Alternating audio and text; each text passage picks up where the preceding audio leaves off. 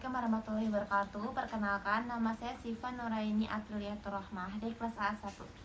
Saya akan membaca teks naskah Menteri Keuangan Republik Indonesia.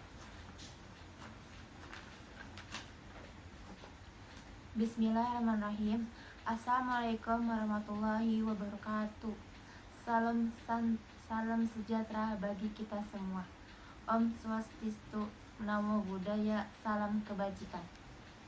Yang kami hormati Ketua, para Wakil Ketua, dan para anggota Dewan Perwakilan Rakyat Republik Indonesia. Pertama-tama, marilah kita panjatkan puji syukur kehadiran Tuhan Yang Maha Kuasa karena atas rahmat dan karunia-Nya kita masih diberikan kesempatan untuk bertatap muka dan menjalankan tugas kenegaraan dan amanat konstitusi untuk menyampaikan kerangka ekonomi makro dan pokok-pokok kebijakan fiskal KEM dan PPKF 2023. Masih dalam suasana bulan Syawal, izinkan kami mengucapkan salam Hari Raya Idul Fitri 1944 Hijriah. Mohon maaf lahir dan batin kepada Ibu Ketua dan segenap pimpinan serta seluruh anggota Dewan Perwakilan Rakyat dan kami hormati. Setelah lebih dari 2 tahun dunia dihantam pandemi COVID-19, alhamdulillah saat ini Indonesia mampu mengendalikannya. Berkat kerjasama, kedisiplinan, sinergi dan kegotong royongan seluruh komponen bangsa. Dengan rendahnya kasus COVID-19 dan akselerasi program vaksinasi yang mencapai 61,5% dosis kedua dan bahkan vaksin tambah booster, serta menerapkan protokol kesehatan, alhamdulillah tahun ini lebih dari 84 juta masyarakat dapat kembali menjalankan mudik di Hari Raya Idul Fitri untuk berlebaran dan berkumpul dengan sanak saudara tercinta. Mobilitas masyarakat yang begitu masih di tengah pandemi yang belum berakhir mampu kita kelola secara relatif lancar, aman, selamat, dan semarak. Hal ini tentu mampu merekatkan kembali dan mempertebal tali sosial sekaligus menggerakkan dan memulihkan ekonomi Indonesia. Ini suatu pencapaian yang tidak gampang dan tidak boleh kita pungkiri. Saat ini masih banyak negara bergulat dengan COVID-19 dan banyak negara yang masih berjuang memulihkan ekonomi. Bahkan, ada yang tengah menghadapi krisis ekonomi dan keuangan yang kompleks. Maka, tiket mana yang lagi engkau dustakan? Ibu, Bapak pemimpin dan anggota Dewan yang kami muliakan, pemulihan ekonomi Indonesia yang cukup kuat yang kita jaga bersama dan mengendalikan pandemi COVID-19 secara efektif tidak mungkin terjadi dengan sendirinya. Ini merupakan hasil kerja keras dari berbagai upaya yang luar biasa dari kita bersama, pemerintah dan DPR serta segenap unsur masyarakat, akademisi dan para ahli serta dunia usaha. Sejak awal pandemi bulan Maret 2020, kebijakan ekonomi makro dan kebijakan fiskal memainkan peran yang sangat penting dalam mengenangi guncangan hebat akibat pandemi dan dampaknya yang multidimensi, kompleks dan luar biasa. Langkah-langkah darurat dan ekstraordinari kebijakan ekonomi makro dan fiskal dilakukan secara terorganisir, sistematis, dan tujuan. Pertama, menyelamatkan jiwa dari ancaman COVID-19 dengan kenaikan dukungan anggaran sangat besar untuk menguatkan sarana, prasarana kesehatan, penanganan pasien, obat-obatan, pemberian insentif tenaga kesehatan, termasuk pengadaan vaksin Kedua, memberikan tambahan secara masif dan signifikan pembatasan sosial untuk melindungi masyarakat dari merosotnya daya beli akibat kehilangan pekerjaan dan berhentinya aktivitas ekonomi yang meluas. Ketiga, mendukung dan melindungi dunia usaha, terutama usaha mikro, kecil, dan menengah UMKM dari tekanan kebangkrutan akibat pandemi. Keempat, menjaga stabilitas sistem keuangan dan dari ancaman efek domino akibat kontraksi dan pelemahan ekonomi. Pemerintah mengeluarkan Perpres nomor 1 tahun 2020 yang telah disetujui dan disahkan oleh Bapak Ibu anggota DPR menjadi Undang-Undang nomor 2 tahun 2020 yang memberikan landasan hukum yang kuat agar pemerintah dapat lebih fleksibel, responsif, dan antisipatif dalam mengenai pandemi COVID-19 yang sangat diwarnai dengan ketidakpastian. Kebijakan ekonomi makro dan kebijakan fiskal di masa pandemi tunjukkan untuk kontekstual dan menengah guncangan shock absorber untuk menangani merosotnya sisi pemerintah agregat demand maupun sisi supply. Kebijakan fiskal bekerja sangat keras sebagai instrumen utama dan paling depan menangani potensi katastrofis krisis ekonomi dan keuangan. Sebagai konsekuensi, batas atas defisit APBN diizinkan melebihi 3% PDB untuk 3 tahun yaitu 2020, 2021, dan 2022. Kebijakan fiskal APBN tidak mungkin bekerja sendiri menghadapi tantangan ekonomi yang multidimensi. Diperlukan bauran kebijakan dan sinergi yang kuat dengan Otoritas Moneter Bank Indonesia (BI), Otoritas Jasa Keuangan (OJK), dan Lembaga Penjamin Simpanan (LPS) dalam forum Komite Stabilitas Sistem Keuangan (KSSK). OJK telah berperan dan menjaga kesinambungan stabilitas sistem keuangan sekaligus memberikan bantalan kepada dunia usaha melalui program restrukturasi kredit serta kebijakan strategis lain sejak awal pandemi. Sementara Bank Indonesia juga mengambil peran penting dalam mendukung pemulihan ekonomi yang kebijakan yang akomodatif serta menjaga agar pasar SBM tetap kondusif. Dukungan skema burden sharing baik September borrowing pada setiap lelang maupun bersama-sama mendukung pembiayaan kebijakan fundamental terbukti ampuh dalam menjaga stabilitas pasar SBM di masa pandemi.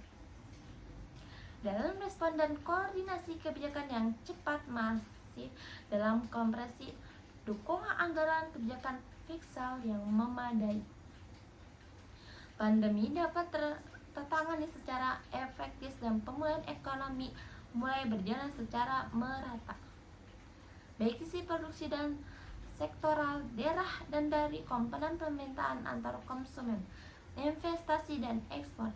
Dengan momentum pemulihan ekonomi tersebut, peranan instrumen fiskal dapat disesuaikan sehingga dapat kembali pulih sehat, terjaga sustainabilitas dan kredibilitas dalam jangka menengah panjang. Perpu nomor 1 tahun 2020 atau UU nomor 2 tahun 2020 yang mengamati pelembaran defisit fiskal selama 3 tahun di atas 3% PDB terbukti mampu menjawab kebutuhan penanganan krisis yang luar biasa dan kompleks secara disiplin, kredibel, dan akuntabel, dengan tetap menjaga prinsip kehati-hatian dan sustainability jangka menengah. Memulih ekonomi menunjukkan tren menguat. Setelah mampu menjaga pertumbuhan positif 3,7% di tahun 2021 meski dihantam gelombang COVID-19 varian Delta. Pemulihan ekonomi berlanjut di triwulan 1 2022 dengan pertumbuhan mencapai 5,01%. Melonjaknya varian Omicron tidak terlalu berdampak pada proses pemulihan ekonomi nasional. Ini hasil nyata dari akselerasi vaksinasi dan kebebasan alam yang tumbuh di masyarakat. Konsumsi dan investasi terus menunjukkan tren peningkatan, disertai pemulihan yang kuat di hampir semua sektor ekonomi termasuk transportasi, akomodasi, dan konstruksi selain dua sektor utama yaitu manufaktur dan perdagangan. Indikator PM Manufaktur Indonesia pada tahun 2022 masih terus efektif pada level 51,9. Sementara itu, kenaikan harga komoditas global mampu mendorong peningkatan surplus negara perdagangan Indonesia. Secara kumulatif pada triwulan 1 2022, neraca perdagangan tercatat surplus USD 93 miliar rupiah. Pada April tahun 2022, surplus neraca tinggal surplus bulanan dalam secara neraca transaksi berjalan tahun 2022 diperkirakan akan lebih baik dibandingkan tahun 2021. Peningkatan kualitas pemulihan ekonomi juga terlihat dengan perbaiknya kondisi kinerja sangat tingkat kemiskinan. Tingkat pengangguran terbuka TPT turun mendekati level pandemi menjadi 5,83% pada Februari tahun 2022 dari 6,26% pada Februari 2021. Sementara angka tahun 2022 kembali menjadi single digit 9,7% di tahun 2021. Pimpinan dan para anggota dewan yang terhormat, proses pemulihan ekonomi nasional yang menguat tentu patut kita syukuri. Namun ini tidak menyebabkan kita cepat terpuas diri. Tantangan dan risiko baru telah muncul dari faktor global baik di sisi geopolitik, ekonomi, dan keuangan yang sangat kompleks dan dinamis harus segera diantisipasi dan kelola. Dalam World Economic Outlook April, IMF memproyeksikan melambatnya pertumbuhan ekonomi global tahun 2022 pada tingkat 3,6%, turun signifikan 0,8 poin presentasi dari proyeksi di Januari tahun 2022. Selain pandemi COVID-19 yang belum sepenuhnya selesai, ada dua tantangan besar lain yang perlu terus kita waspadai dan antisipasi, yaitu lonjakan inflasi global terutama akibat perang Rusia-Ukraina dan percepatan pengatalan kebijakan moneter global khususnya di Amerika Serikat AS. Perang Rusia-Ukraina juga telah menyebabkan disrupsi sisi produksi atau supply yang sangat besar, sehingga mendorong kenaikan ekstrim tingkat harga komoditi global. Harga minyak mentah terus-menerus berada pada kisaran USD 100 per barrel. Sejak tahun years to date, harga gas alam naik 127,0%, batu bara naik 137,3%, CPO naik 26,1%, gandum naik 56,5%, dan jagung naik 34,3%. Secara indeks harga perang dunia telah mengalami kenaikan 145,0% dibanding situasi awal tahun 2020. Tingkat inflasi di Amerika Serikat yang sangat tinggi yaitu 8,4 tertinggi dalam 40 tahun terakhir menjadi ancaman yang bagi pemulihan ekonomi Amerika Serikat dan bahkan ancam dunia. Bank Sentral Amerika Serikat, The Fed, akan melakukan secepatnya menggatalkan moneter Saat ini, kenaikan suku bunga acuan diperkirakan dapat terjadi hingga 7 kali tahun 2022 dan potensi diikuti dengan kontraksi balance sheet yang menyebabkan lebih ketatnya kondisi likuidasi global. Sementara itu, sejak tahun 2021 sampai dengan Maret tahun 2022, sejumlah negara kembang G20 seperti Brazil, Meksiko, dan Afrika Selatan telah menaikkan suku bunga acuannya secara sangat signifikan. Spillover efek dari pengetatan kebijakan moneter dan likuiditas global ini harus kita waspadai, khususnya terhadap kenaikan cost of fund untuk pembiayaan, baik APBN maupun sektor koperasi di tengah fase pemulihan ekonomi yang masih awal dan masih rapuh. Pergerakan resiko di tengah inflasi dan menggerakkan moneter ini menimbulkan situasi pilihan kebijakan Federal State of yang sangat sulit yang dihadapi oleh negara di dunia. Pilihan kebijakan tersebut adalah apakah sangat mengabaikan stabilitas harga, pengendalian inflasi yang berada pengetatan moneter dan fiskalitas yang akan memberikan dampak negatif terhadap pertumbuhan, atau mendukung akselerasi pemulihan ekonomi setelah terpukul pandemi. Jika tidak berkelola, resiko global ini akan mengiring kepada kondisi stagflasi, yaitu fenomena swing inflasi tinggi dan terjadi resesi seperti terjadi di Amerika Serikat pada periode awal 1980-an dan 1990-an. Kondisi stagflasi dan memberikan imbas negatif luar biasa di seluruh dunia, terutama terhadap negara-negara berkembang di emerging market. Perubahan risiko global ini harus menjadi fokus perhatian dan harus kita kelola secara tepat langkah dan tepat waktu. Hati-hati dan efektif, pilihan kebijakan sangat-sangat sensitif dan tidak mudah. Namun dengan berkekal kebersamaan dan keberhasilan kita semua, pemerintahan pusat dan daerah, MPR, DPR, dan DPD, legislatif, yudikatif, dan institusi lainnya, masyarakat, akademisi, dan dunia usaha dalam mengelola pandemi yang begitu sulit. Kami berharap dan sekaligus percaya bahwa Indonesia akan mampu menghadapi tantangan baru yang berbeda dan sangat kompleks ini dalam mengatasi skala risiko global, terutama dalam menghadapi 3 potensi krisis: krisis pangan, krisis energi, dan krisis keuangan.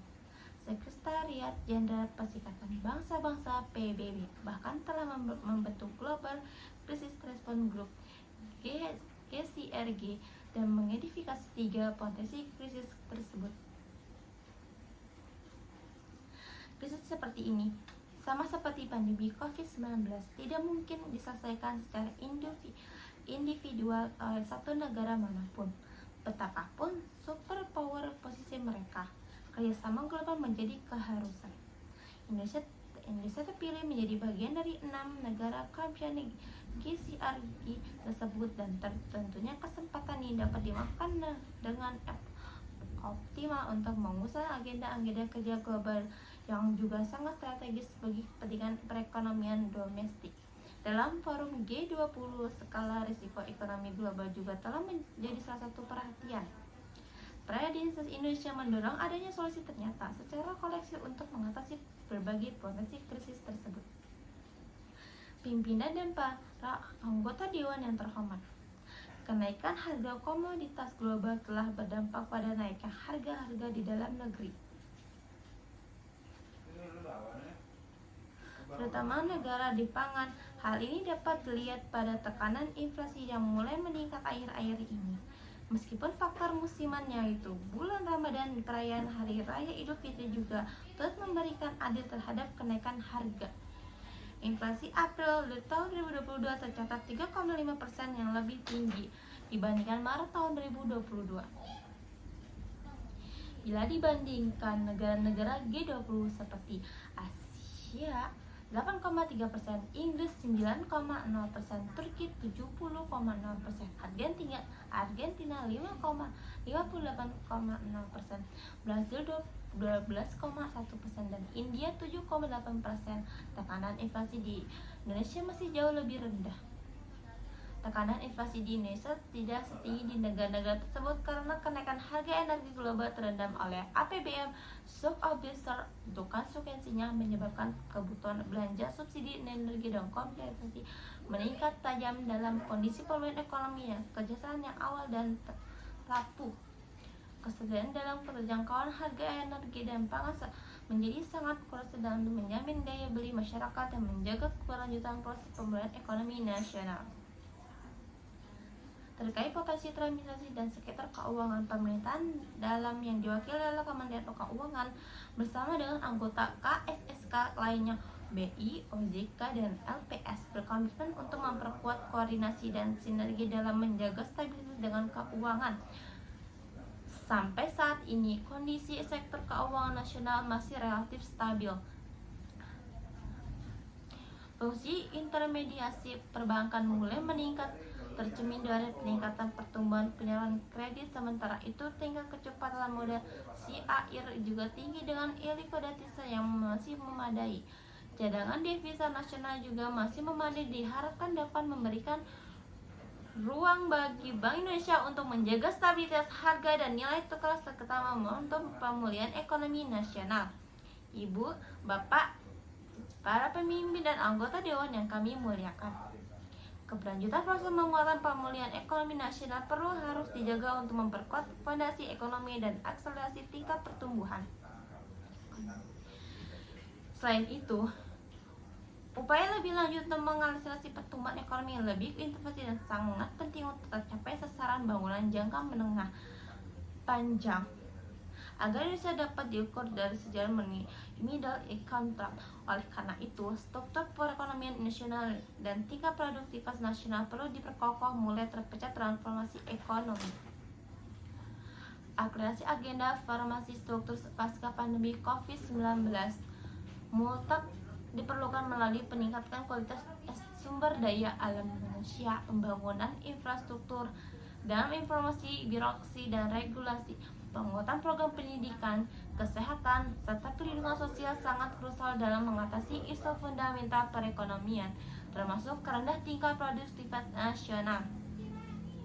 Peningkatan produktivitas perlu diakselerasi untuk memperkuat sisi supply, penguatan hilirisasi manufaktur, adaptasi ekonomi digital, dan mengembangkan ekonomi hijau diyakini akan menjadi sumber pertumbuhan baru di masa depan.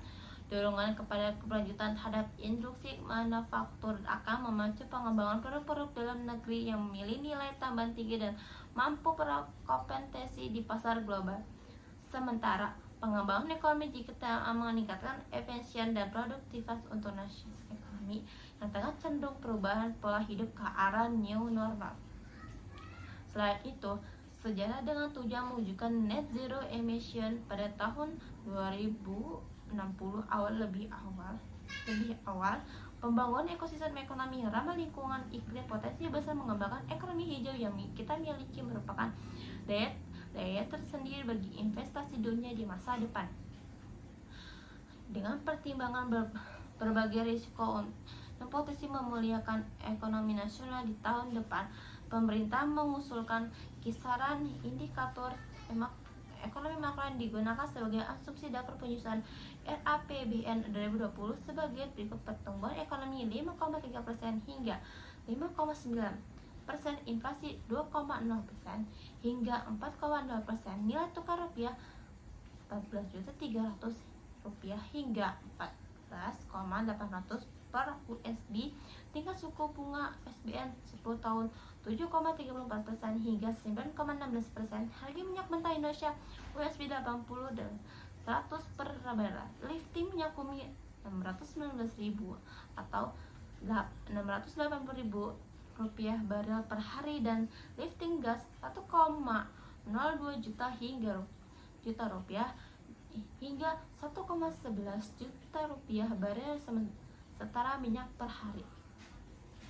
Pimpinan dan para anggota dewan yang terhormati, proses pemulihan ekonomi di depan masih penuh tantangan yang harus disponsori dengan kebijakan mikroekonomi dan kebijakan struktur secara tepat. Kenaikan inflasi, biaya bunga, dan penguatan moneter dunia harus direspon dengan disiplin fiskal dan tepat. Perpu nomor 1 tahun 2020 atau UU nomor 2 tahun 2020 telah memberikan landasan yang tepat dan kredibel dengan mengamankan defisit fiskal menjadi maksimal 3,% dari APBN di tahun 2023. Upaya konsolidasi fiskal di tahun 2023 disertai dengan reformasi fiskal yang komprehensif di sisi pendapatan, perbaikan belanja, spending better, dan mendorong kebijakan produktif dan inovasi. APBN yang sehat menjadi modal yang kokoh untuk terus mendukung pembangunan dan perbaikan ekonomi. Kebijakan fiskal tahun 2023 desain agar mampu memproses pendidikan perekonomian, menjawab tantangan, dan mendukung tercapai target pembangunan secara optimal. Laras dengan hal tersebut, maka tema kebijakan fiskal 2023 diurutkan pada peningkatan produktivitas untuk transformasi ekonomi yang inklusif dan berkelanjutan. Tema kebijakan fiskal tersebut dengan tema rencana kerja pemerintah PKB tahun 2023. Berdasarkan tema kebijakan fiskal tahun 2023 tersebut, strategi yang dipandang pemerintah adalah: pertama, memfokuskan anggaran untuk menguatkan kualitas SDM, akselerasi pembangunan infrastruktur, promosi birokrasi dan regulasi, revitalisasi industri, dan mendorong pembangunan ekonomi hijau. Kedua, meningkatkan efektivitas transformasi ekonomi didukung dengan reformasi fiskal yang holistik melalui mobilitas yang mendapatkan untuk melebarkan ruang fiskal konsisten, penguatan spending better untuk efisien dan efektivitas belanja, serta terus mendorong mengembangkan biaya yang kreatif dan inovasi. Kebijakan pendapatan negara diarahkan untuk mendorong optimalisasi pendapatan dengan tetap menjaga iklim inflasi dan keberlanjutan dunia usaha serta kelestarian lingkungan. Hal ini ditempuh dengan menjaga efektivitas dunia informasi perpajakan UU HPP, mendorong agar sistem perpajakan lebih sehat dan adil sehingga dapat mendorong peluasan basis pajak, serta peningkatan kepatuhan warga pajak. Melalui implementasi UU HPP yang efektif, maka risiko perpajakan akan meningkat. Sementara itu, optimasi PNBP untuk dilakukan dengan peningkatan inovasi layanan dan reformasi pengelolaan aset.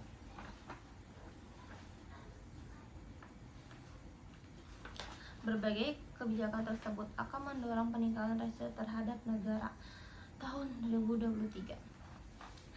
Kebijakan belanja negara diarahkan untuk menghasilkan output yang berkualitas, memberi manfaat yang nyata bagi masyarakat dan perekonomian, serta mendorong kondisi ke arah yang lebih baik. Sejalan dengan hal tersebut, maka penguatan spending better secara konsisten akan dilakukan. Belanja negara bukan hanya diarahkan untuk mendorong pertumbuhan ekonomi semata. Kemiskinan juga memakan kesejahteraan, peluasan kesempatan kerja, peningkatan produktivitas, serta meningkatkan daya beli masyarakat. Untuk itu, kebijakan belanja negara akan difokuskan kepada peningkatan kualitas sumber daya manusia, percepatan pembangunan infrastruktur, penguatan implementasi promosi birokrasi, mendukung inflasi industri, dan pembangunan ekonomi hijau. Sementara itu, untuk mendefinisikan ketidakpastian, dibutuhkan strategi mitigasi risiko yang lebih solid dengan mendorong implementasi automatic stabilizer. Sejalan dengan tujuan tersebut, pemerintah terus mendorong penguatan spending better menjadi komitmen bersama. Hal ini dilaksanakan melalui penghemat belanja barang, penguatan belanja modal, reformasi belanja pegawai, peningkatan efektif termasuk ketapan saran belanja bantuan sosial dan subsidi, serta penguatan kualitas transfer ke daerah dan dana desa.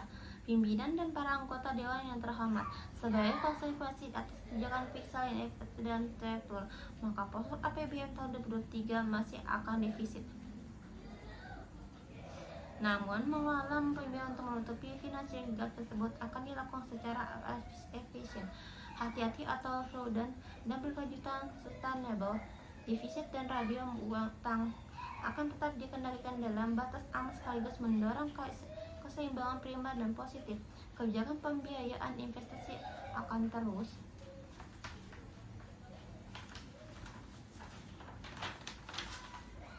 dilakukan dengan pemberdayaan peran usaha milik BUMN, Segregated Water for SWF, Special Mission SNIV, dan Badan Layanan Umum (BLU) dalam mengakselerasi pembangunan infrastruktur dan meningkatkan akses pembiayaan dan masyarakat penghasilan rendah (UMKM) dan UMI. Pemerintah terus mendorong peran swasta dalam membiayai pembangunan melalui kerjasama pemerintah dan badan usaha KPBU, termasuk menerbitkan instrumen pembiayaan kreatif lainnya.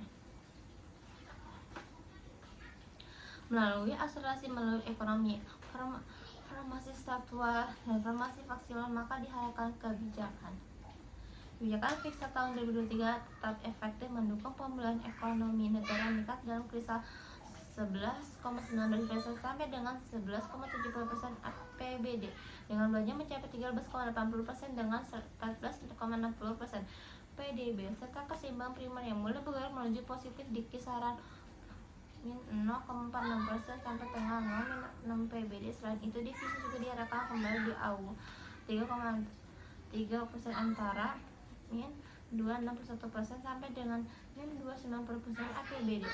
Dan risiko utang total dikendalikan dalam batas manajemen di kisaran 40,86 dengan 42,42% PDB. Dengan pelonggaran fiskal yang sehat disertai dengan efek aktivitas termasuk pada transformasi ekonomi, perbaikan kesejahteraan rakyat, tingkat pengangguran terbuka tahun 2023 dapat ditekan dalam kisaran 5,3% hingga 6,6%. Angka kemiskinan dan rentang 7,5% sehingga 8,5% rasio tinggi dalam kisaran 0,373%. Selain itu, dinilai tukar petani NPT dan nilai tukar nelayan NTN juga ditingkatkan untuk mencapai kisaran masing-masing 100,103 sampai dengan 105 dan 106 sampai tingkat 107. Pimpinan para anggota dewan yang terhormat, dalam rangka pencapaian tujuan pembangunan kerjasama internasional juga memegang peran penting dalam proses pengambilan keputusan perekonomian secara global. Presiden G20 telah tahun ini memegang peran strategi dalam pengarah kebijakan perekonomian global dan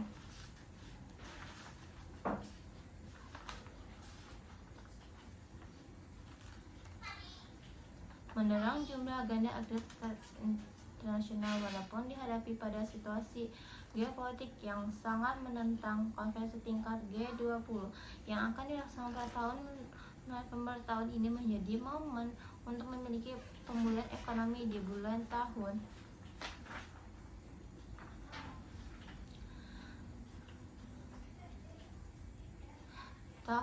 2023 untuk memastikan pemimpinan Indonesia di kawasan yang lebih kuat dan strategis.